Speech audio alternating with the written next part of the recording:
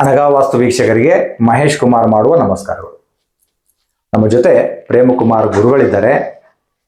ಈ ವಿಡಿಯೋದಲ್ಲಿ ನಿಮಗೆ ಯಾವ ಮಾಹಿತಿಯನ್ನು ನೀಡ್ತಾ ಇದ್ದೀವಿ ಅಂತಂದ್ರೆ, ಪ್ರತಿಯೊಬ್ಬರು ಮನೆ ಕಟ್ಟೋದು ಒಂದು ಕನಸು, ಅದೇ ರೀತಿಯಲ್ಲಿ ಆಸೆ ಕೂಡ. ಒಂದು ಮನೆಯನ್ನ ಕಟ್ಟಬೇಕು, ನಮ್ಮ ಸ್ವಂತ ಮನೆಯನ್ನ ಮಾಡ್ಕೋಬೇಕು ಅನ್ನೋ ಒಂದು ಆಶಾಭಾವನೆಯಲ್ಲಿ ಪ್ರತಿಯೊಬ್ಬರು ಇರಬೇಕಾದ್ರೆ, ಆ ಮನೆ ಕಟ್ಟುವ ಯೋಗ ಅದು ಬರಬೇಕು ಅಂದ್ರೆ ಏನ್ ಮಾಡಬೇಕು, ಮನೆ ಕಟ್ಟುವ ಒಂದು ಪ್ರೊಸೆಸ್ ಬೇಗ ಬೇಗ ಈಡೇರಬೇಕು, ಆ ಒಂದು ಮನೆ ಕಟ್ಟುವಂತಹ ಕೆಲಸ ಬೇಗ ಮುಕ್ತಾಯ ಆಗಬೇಕು, ಬಂದಂತಹ ಕೆಲಸಗಾರರು ಸಹ ನಿಮ್ಗೆ ಅಷ್ಟೇ ಸಪೋರ್ಟಿವ್ ಆಗಿ ಇದು ನಿಮ್ಮ ಮನೆ ಅಷ್ಟೇ ಅಲ್ಲ ನಮ್ಮ ಮನೆ ಅಂತ ತಿಳ್ಕೊಂಡು ಆ ಕೆಲಸಗಳನ್ನ ಮಾಡ್ಕೊಡ್ಬೇಕು ಅನ್ನೋದಾದ್ರೆ ಏನೆಲ್ಲ ಪಾಲಿಸ್ಬೇಕಾಗತ್ತೆ, ಆ ವಿಚಾರವನ್ನ ಗುರುಗಳ ಬಾಯಿಂದ ಕೇಳೋಣ ಬನ್ನಿ. ಓಂ ಅನಘಾಯ ನಮಃ. ಗುರುಗಳೇ, ಎಲ್ಲರಿಗೂ ಒಂದು ಆಸೆ ಮನೆ ಕಟ್ಟೋದು, ಆದ್ರೆ ಎಲ್ಲೋ ಎಡವು ಬಿಡ್ತಾರೆ, ಅರ್ಧಕ್ಕೆ ನಿಂತ್ಕೊಂಡ್ಬಿಡುತ್ತೆ ಮನೆ. ಕೆಲವೊಮ್ಮೆ ಶುರು ಮಾಡ್ತಾ ಮಾಡ್ತಾನೆ ಎಲ್ಲೋ ಸಾಲದಲ್ಲಿ ಸಿಗಾಕೊಂಡು ಅಲ್ಲಿಗೆ ಬಿಟ್ಟು ಬಿಡ್ತಾರೆ. ಕೆಲವೊಬ್ರು ಕಟ್ತಾ ಕಟ್ತಾ ಬಿಟ್ಟು ಬಿಡ್ತಾರೆ, ತುಂಬಾ ಡಿಲೇ ಆಗ್ಬಿಡುತ್ತೆ. ಕೆಲವೊಮ್ಮೆ ನೀವೇ ಒಂದು ವಿಡಿಯೋ ಹಾಕಿದ್ರೆ 10 ವರ್ಷ ಆಗ್ಬಿಟ್ಟಿತ್ತು ಅವ್ರದ್ದು. ಸೊ ಇಂಥ ಸಂದರ್ಭದಲ್ಲಿ ನಾವು ಮೊದಲೇ ಈಗ ಪ್ರಾರಂಭದ ಹಂತದಲ್ಲಿ ಏನೇನು ಮುತುವರ್ಜಿಗಳನ್ನ ವಹಿಸಬೇಕು, ಏನೇನು ಜವಾಬ್ದಾರಿಗಳು ನಮ್ದಿರುತ್ತೆ ಅನ್ನೋದು ತಿಳಿಸ್ಕೊಡ್ತೀರಾ? ಓಕೆ. ಒಂದು ಮನೆ ಅನ್ನೋದು ದೇವಸ್ಥಾನ ಇದೆ. ಅದು ತಾಯಿ ಜನ್ಮ ಕೊಟ್ಟಿರೋರು ಒಬ್ಬರಾದ್ರೆ, ಮನೆ ಅನ್ನೋದು ಜೀವನ ಕೊಡೋ ತಾಯಿ. ನಾವು ಅದು ಎಷ್ಟು ಬೆಲೆ ಕೊಡ್ತೀವೋ, ಎಷ್ಟು ಸ್ವಚ್ಛವಾಗಿ ನಾವು ನೋಡ್ಕೊಂತೀವೋ, ನಮ್ಮನ್ನ ಅಷ್ಟು ಸ್ವಚ್ಛವಾಗಿ ನೋಡ್ಕೊಂತಾರೆ. ಇದನ್ನು ಮೈಂಡಲ್ಲಿ ಇಟ್ಕೊಂಡೇ ಹೆಜ್ಜೆ ಇಡಬೇಕು, ರೈಟ್?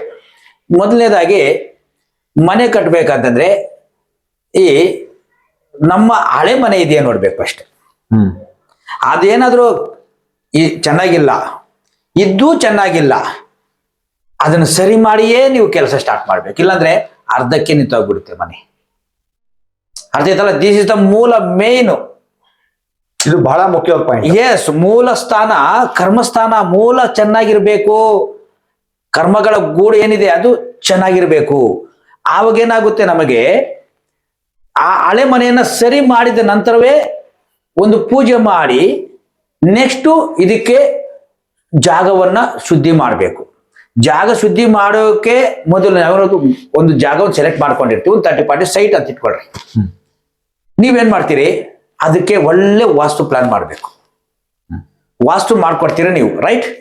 ಮಾಡಿಕೊಟ್ಟ ಮೇಲೆ ಅದು ವಾಸ್ತು ಪ್ಲಾನ್ ಫೈನಲ್ ಆದ್ಮೇಲೆ ಅದನ್ನು ಲ್ಯಾಮಿನೇಷನ್ ಮಾಡಿ, ಮನೆಗೆ ಮನೆ ದೇವರು ಅಂತ ಒಬ್ರು ಇರ್ತಾರೆ. ಹೌದು. ಅವ್ರ ಪರ್ಮಿಷನ್ ತಗೊಳ್ದಿರ ಏನ್ ಕೆಲಸಗಳು ನಡೆಯಲ್ಲ. ಸುಮ್ಮನೆ ಕಾಗಕ್ಕ ಗೋಬಕ್ಕ ಕಥೆಗಳು ಹೇಳಿದ್ರೆ ಆಗಲ್ಲ. ಇದು ಕಂಡೀಷನ್ ಆಗಿ ಹೇಳ್ತಾ ಇದ್ದೀನಿ, ಯಾಕಂದ್ರೆ ನಾನೊಬ್ಬ ಕರ್ಮ ಸಿದ್ಧಾಂತ ತಿಳ್ಕೊಂಡಿರೋದ್ರಿಂದ. ಈ ಮನೆ ದೇವ್ರ ಹತ್ರ ಹೋಗಿ ಪಾದಗಳ ಹತ್ರ ಇಡಬೇಕು ಮನೆ ದೇವ್ರಿಗೆ.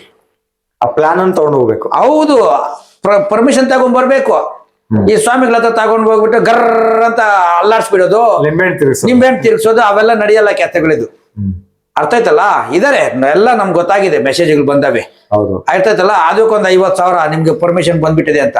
ನೋ, ಮನೆ ದೇವ್ರಿಗೆ 1 ಲಕ್ಷ. ಆಮೇಲೆ ಈಗ ನೀವು ಮನೆ ದೇವ್ರ ಹತ್ರ ಇಡ್ತೀರಿ, ಆಶೀರ್ವಾದ ತಗೊಂಡು ಅಭಿಷೇಕ ಪೂಜೆ ಮಾಡಿ ತೀರ್ಥ ತಗೊಂಡ್ ಬನ್ನಿ, ಒಂದು ಡಬ್ಬಿ ತಗೊಂಡ್ ಬಂದು ಇದಕ್ಕೇನ್ ಮಾಡ್ತೀರಂದ್ರೆ, ನೀವೇನು ಎಲ್ಲಿ ಸೈಟ್ ಕಟ್ತೀರ ಮನೆ, ಇದ್ರ ಮೇಲೆ ಪ್ರೋಕ್ಷಣೆ ಮಾಡಿ ಆಮೇಲೆ ಒಂದು ಮಣ್ಣು ಸ್ವಲ್ಪ ಎಲ್ಲ ಟೋಟಲ್ ಸೈಟ್ ಎಲ್ಲ ಮಣ್ಣು ತೆಗೆದುಬಿಟ್ಟು ಶುದ್ಧಿ ಕಾರ್ಯ ಮಾಡಬೇಕು.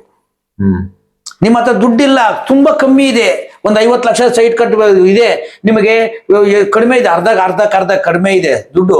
ಏನ್ ಮಾಡೋದು, ಕಷ್ಟ, ಪೊಸಿಷನ್ ಕಷ್ಟ. ಅದಕ್ಕೇನ್ ಮಾಡ್ಬೇಕು, ಸೈಟ್ ಅನ್ನ, ಆ ಸೈಟ್ ಅಲ್ಲಿ ಇರುವಂತ ಹಳೆ ಮಣ್ಣನ್ನ ತೆಗೆದು ದೂರ ಬಿಸಾಕ್ಬೇಕು. ಅದ್ರಲ್ಲಿರುವಂತ ಬ್ಯಾಕ್ಟೀರಿಯಾಗಳು, ಹಳೆ ಹುಳ ಹುಟ್ಟ ಎಲ್ಲ ಮುಕ್ಕಾಲು ಭಾಗ ಹೋಗ್ಬಿಡ್ತೇವೆ. ಇನ್ನು ಕಾಲು ಭಾಗ ಇದೆಯಲ್ಲ ಅದನ್ನು ಶುದ್ಧಿ ಮಾಡ್ಬೇಕು. ಯಾವ ರೀತಿ?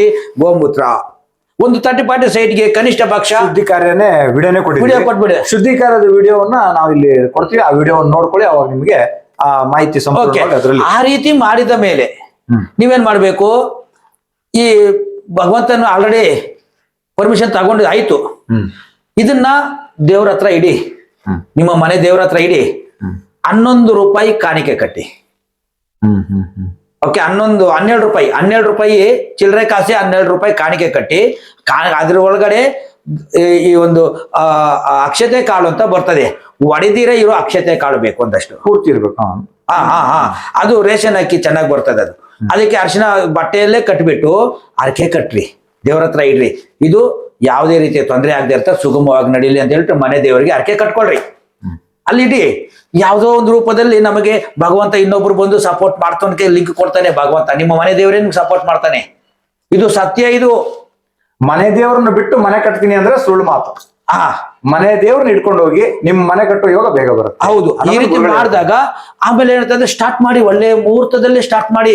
ಮುಹೂರ್ತ ಅನ್ನೋದು ಹೇಗೆ ಅಂತಂದ್ರೆ, ಇವಾಗ ಫಾರ್ ಎಕ್ಸಾಂಪಲ್ ಅದು ಇವಾಗ ನೋಡಿ, ನೀವು ನಿಮ್ಮ ಮಿಸ್ಸಸ್ ಇಬ್ರು ಇರ್ತೀರಿ. ಓಕೆ, ನಿಮಗೆ ನಿಮ್ಮ ಹೆಸರಲ್ಲಿ ಇರ್ತದೆ ಅಂತ ಇಟ್ಕೊಳ್ರಿ. ನಿಮ್ಮ ನಕ್ಷತ್ರಕ್ಕೆ 11ನೇ ನಕ್ಷತ್ರದಲ್ಲಿ ನೋಡ್ಬೇಕು. ನಿಮ್ಮ ನಕ್ಷತ್ರ ಸೇರಿ 11ನೇ ನಕ್ಷತ್ರ ಯಾವುದು ಅಂತ ನೋಡ್ಕೊಂಡು ಆ ದಿನ ಒಳ್ಳೆ ದಿನ ಬಂದ್ರೆ, ಓಕೆ, ಅದರಲ್ಲೂ ಕೂಡ ಈ ಒಂದು ಯಾವುದು ಮಾಘ ಮಾಸ, ವೈಶಾಖ, ಆಮೇಲೆ ಒಂದು 8ನೇ ತಿಂಗಳು ಬಂದು ಶ್ರಾವಣಗಳು, 11ನೇ ತಿಂಗಳು ಬಂದು ಕಾರ್ತಿಕ ಮಾಸ. ಇಂಥದ್ರಲ್ಲಿ ಅಮಾವಾಸ್ಯೆ ನಂತರ ಒಂದು 15 ದಿನ ಇರುತ್ತೆ. ಅರ್ಥ ಇದಲ್ಲ, ಯಾವ ಸಮಯದಲ್ಲಿ ಮಾಡಬೇಕು ಅನ್ನೋದನ್ನ ನೋಡ್ಕೊಂಡು ಶುಕ್ಲ ಪಕ್ಷಗಳಲ್ಲಿ 15 ದಿನ, ಅಮಾವಾಸ್ಯೆ ನಂತರ 15 ದಿನ ಇರ್ತದಲ್ಲ, ಅದ್ರಲ್ಲಿ ಯಾವ ನೋಡ್ಕೊಂಡು ಮಾಘ ಮತ್ತೆ ವೈಶಾಖ ಉತ್ತಮ. ಓಕೆ, ಇದು ಬಂದು ಉತ್ತರಾಯಣ. ಆಗಸ್ಟ್ ಮತ್ತೆ ನವೆಂಬರ್ ಬಂದು ದಕ್ಷಿಣಾಯಣ. ನಾವು ಯಾವಾಗ ನಾವು ನೋಡಿ ಮಾಘ ಮಾಸದಲ್ಲಿ ಮಾಡಿರೋದೆಲ್ಲ ವೈಶಾಖ ಮಾಸದಲ್ಲಿ ಗುರು ಪ್ರವೇಶ ಮಾಡ್ಕೊತಾರೆ ನೋಡಿ. ಬೇಕಾದ್ರೆ ಪರೀಕ್ಷೆ ಮಾಡಿ ನೋಡಿ. ಇಂಥ ಒಂದು ವಿಶೇಷಗಳು ಮನೆ ದೇವರೇ ಕಲ್ಪಿಸಿ ಕೊಡ್ತಾನೆ. ಒಳ್ಳೆ ಮುಹೂರ್ತದಲ್ಲಿ ಗುದ್ಲಿ ಪೂಜೆ ಮಾಡಿ. ಇವಾಗ ಬುಧವಾರದ ಆಗ್ಬೇಕು, ಗುರುವಾರನೇ ಗುದ್ಲಿ ಪೂಜೆ ಆಗ್ಬೇಕು. ಬಲ ಇರ್ತದೆ ಅದು. ಓರಗಳೆಲ್ಲ ನೋಡ್ಬೇಕು. ಮುಹೂರ್ತ ವೆರಿ ವೆರಿ ಇಂಪಾರ್ಟೆಂಟ್, ರೈಟ್? ಇಂಥದನ್ನ ಮಾಡ್ತಾ ಬಂದಾಗ ಆಮೇಲೆ ಏನಾಗ್ತದೆ, ಈ ಮತ್ತೆ ಇವಾಗ ನೋಡಿ, ಇದು ಪೂರ್ವ, ಇದು ಉತ್ತರ, ಹೌದಲ್ವಾ? ಯಾವುದೇ ರೋಡ್ ಇರಲಿ, ನಮಗೆ ಉತ್ತರಕ್ಕೆ ಮತ್ತೆ ಪೂರ್ವಕ್ಕೆ ಮೆಟೀರಿಯಲ್ ಹಾಕ್ಬಾರ್ದು. ಯಾವುದೇ ಮೆಟೀರಿಯಲ್ ಹಾಕ್ಬಾರ್ದು. ಅದೆಂತ ಏನಪ್ಪ, ನಾನು ಪಶ್ಚಿಮ ರೋಡ್ ಇದೆ, ದಕ್ಷಿಣ ರೋಡ್ ಇದೆ, ಹೆಂಗ್ ಮಾಡೋದು? ಅಡ್ಜಸ್ಟ್ ಮಾಡ್ಕೊಬೇಕು. ಮೆಟೀರಿಯಲ್ ಎಷ್ಟೆಷ್ಟು ಬೇಕೋ ಅಷ್ಟೆಷ್ಟೇ ತಗೊಂಡ್ಬಂದು ಕೆಲಸ ಮಾಡಿಸ್ಬೇಕು. ಅರ್ಥ ಮಾಡ್ಕೊಳ್ಳಿ. ನಾವು ಉತ್ತರಕ್ಕೆ, ನಾವು ಪೂರ್ವಕ್ಕೆ, ಈಶಾನ್ಯಕ್ಕೆ ಯಾರು ತೂಕ ಹಾಕಿರ್ತಾರೆ ಕಟ್ಟುವಾಗ ಅರ್ಧಕ್ಕೆ ಕೆಲಸ ನಿಂತು ಹೋಗ್ಬಿಡ್ತದೆ ಒಂದು. ಮತ್ತೆ ಫಸ್ಟ್ ಸೊಂಪು ನೀರು ಅದನ್ನೇ ಬಳಸ್ಕೋಬೇಕು. ಆಮೇಲೆ ನೋಡೋಣ ನಿಂತು ಹೋಗ್ಬಿಡ್ತದೆ. ಸಂಪ್ ಮೊದಲು ಮಾಡ್ಕೋಬೇಕು. ಹೌದು, ಆ ನೀರನ್ನ ಬಳಕೆ ಮಾಡ್ಕೋಬೇಕು.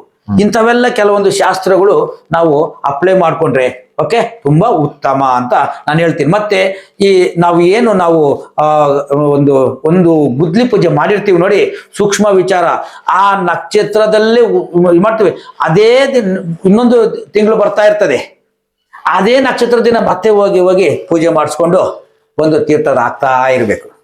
ಒಟ್ಟು ಮನೆ ದೇವರ ಕನೆಕ್ಷನ್ ಇಟ್ಕೊಂಡಿರ್ಬೇಕು. ಹೌದು, ಅದೇ ನಕ್ಷತ್ರ ತೀರ್ಥ ತಗೊಂಡು ಎಸ್, ಅದೇ ನಿಮ್ಮ ನಕ್ಷತ್ರದ 11ನೇ ನಕ್ಷತ್ರ. ಅರ್ಥ ಆಯ್ತಲ್ಲ? ಇಂಥ ನಕ್ಷತ್ರ ದಿನ ಗುದ್ಲಿ ಪೂಜೆ ಆಗ್ಬೇಕು. ನೆಕ್ಸ್ಟ್ ಅದೇ ನಕ್ಷತ್ರ ಯಾವ ತಿಂಗಳಲ್ಲಿ ಬರ್ತದೆ ನೋಡ್ಬೇಕು. ಆವಾಗ ಆ ನಕ್ಷತ್ರದೇ ದಿನನೇ ಪೂಜೆ ಮಾಡ್ಕೊಂಡು ಬಂದು ತಿಂಗಳ ಓಕೆ ತೀರ್ಥ ಆಗ್ತಾ ಇರ್ಬೇಕು, ಪ್ರೋಕ್ಷಣೆ ಮಾಡ್ತಾ ಇರ್ಬೇಕು. ಈ ತರ ಮಾಡ್ತಾ ಬಂದಾಗ ಯಾವುದೇ ರೀತಿಯ ತೊಂದರೆಗಳು ಬರಲ್ಲ. ಅಕಸ್ಮಾತ್ ಏನೋ ಸಾಲ ಕೇಳಿರ್ತೀರಿ, ಪಟ್ ಅಂತ ಕೊಡ್ತಾರೆ. ನಾನು ಸಾಯ್ತಪ್ಪ ಸಪೋರ್ಟ್ ಮಾಡ್ತೀನಿ. ಓಕೆ, ಮತ್ತೆ ಯಾವುದೋ ಒಂದು ಅಡೆತಡೆಗಳು ಬಂದಿರ್ತವೆ, ನಿವಾರಣೆ ಆಗ್ತದೆ. ಪಕ್ಕದಲ್ಲಿ ಕಿರಿಕಿರಿ, ಭಗವಂತನ ಅನುಗ್ರಹ ಸಾಲ್ವ್ ಆಗಿರ್ತದೆ. ಆಯ್ತು ಬಿಡಿ, ಆಗಿದ್ದಾಯ್ತು, ಏನ್ ಮಾಡೋದು? ಈ ರೀತಿ ಅವ್ರವ್ರ ಅಡ್ಜಸ್ಟ್ ಮಾಡ್ಕೊಳ್ತಾರೆ. ಆ ಜ್ಞಾನ ಕೊಡೋದು ನಿಮ್ಮ ಮನೆ ದೇವ್ರೆ. ಇನ್ನೊಬ್ರು ಬಂದು ಹೇಳ್ಬಿಟ್ಟು ಮಾಡಲ್ಲ. ಮಾಡೋದೇ ಮನೆ ದೇವರು. ಮನೆಗೆ ಮನೆ ದೇವರು. ಮನೆ ಕಟ್ಟುವ ಯೋಗಕ್ಕೆ ಮನೆ ದೇವರ ಆಶೀರ್ವಾದ ಎಷ್ಟು ಮುಖ್ಯ. ಮತ್ತೆ ಅದೇ ಹಳೆ ಮನೆ ಏನಾದ್ರು ಸರಿ ಮಾಡಿಲ್ಲ, ಈ ಹೊಸ ಮನೆ ನಾನು ದೌರ್ಜನ್ಯದಿಂದ ಕಟ್ಟಿದ್ದೀರ ಅಂತ ಇಟ್ಕೊಳ್ರಿ.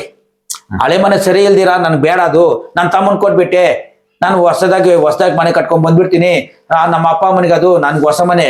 ಅಲ್ಲಿ ಚೆನ್ನಾಗಿ ಒಂದು 3 ವರ್ಷ ಸಾಧನೆ ಮಾಡಿ ತೋರಿಸಿ ನಾನು ಅವ್ರಿಗೆ ಬಹುಮಾನ ಕೊಡ್ತೀನಿ. ಇದು ಸತ್ಯ, ಇದು 100% ಸತ್ಯ. ಇದು ನಾನು ಕೊಡ್ತೀನಿ, ಬಹುಮಾನ ಕೊಡ್ತೀನಿ. ಅದ್ಯಾರಾದ್ರೂ ಆಗ್ಲಿ, ಯಾವ ಕಿಂಗ್ ಮೇಕರ್ ಆದ್ರೂ ಆಗ್ಲಿ. ನೋಡಿ, ಇಷ್ಟೊತ್ತು ಸುದೀರ್ಘವಾಗಿ ಎಷ್ಟು ಪೇಷನ್ಸ್ ಇಂದ, ಎಷ್ಟು ತಾಳ್ಮೆಯಿಂದ ನಿಮಗೋಸ್ಕರ ಇಷ್ಟು ಒಂದು ಅದ್ಭುತವಾದ ಮಾಹಿತಿಯನ್ನ ಕೊಟ್ಟಿದ್ದಾರೆ ನಿಮಗೆ. ಮುಖ್ಯವಾಗಿ ಮನೆ ಕಟ್ಟಬೇಕನ್ನುವಾಗ ಹೊಸ ಮನೆ ಕಟ್ಟೋದು ಎಷ್ಟು ಮುಖ್ಯನೋ ಹಳೆ ಮನೆ ಕಡೆ ನೋಡೋದು ಅಷ್ಟೇ ಮುಖ್ಯ. ಅದನ್ನು ತಿಳಿಸ್ಕೊಟ್ರು. ಹಳೆ ಮನೆಯನ್ನ ಸರಿಪಡಿಸ್ಕೊಂಡು ಹೊಸ ಮನೆಯ ಪ್ಲಾನ್ ಅನ್ನು ಹಾಕ್ಸ್ಕೊಳ್ಳಿ. ಹೊಸ ಮನೆಯ ಪ್ಲಾನ್ ಅನ್ನು ಹಾಕೊಂಡು ಆ ಪ್ಲಾನ್ ಅನ್ನ ಮನೆ ದೇವರಲ್ಲಿ ತಗೊಂಡು ಹೋಗಿ ಅಲ್ಲಿ ಪೂಜೆ ಅರ್ಚನೆಗಳನ್ನ ಮಾಡಿಕೊಂಡು ಆ ಪ್ಲಾನ್ ಅನ್ನ ಮರಳಿ ಮನೆಗೆ ತಗೊಂಡ್ ಬಂದು ನಿಮ್ಮ ತಿಜೋರಿಯಲ್ಲಿ ಇಟ್ಕೊಳ್ರಿ.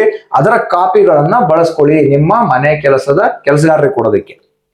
ಅದೇ ರೀತಿಯಲ್ಲಿ ಅಲ್ಲಿಂದ ತೀರ್ಥವನ್ನ ತಗೊಂಡ್ಬಂದು ನಿಮ್ಮ ಭೂಮಿಗೆ ಪ್ರೋಕ್ಷಣೆ ಮಾಡಿಕೊಂಡು ಕೆಲಸಗಳನ್ನ ಪ್ರಾರಂಭ ಮಾಡೋದು ಹೇಗೆ, ಯಾವ್ಯಾವೆಲ್ಲ ವಿಚಾರಗಳನ್ನ ಪಾಲಿಸ್ಬೇಕಾಗತ್ತೆ ಅವೆಲ್ಲವನ್ನ ಬಿಡಿಸಿ ವಿಸ್ತೃತವಾಗಿ ನಿಮ್ಗೆ ತಿಳಿಸ್ಕೊಟ್ಟಿದ್ದಾರೆ.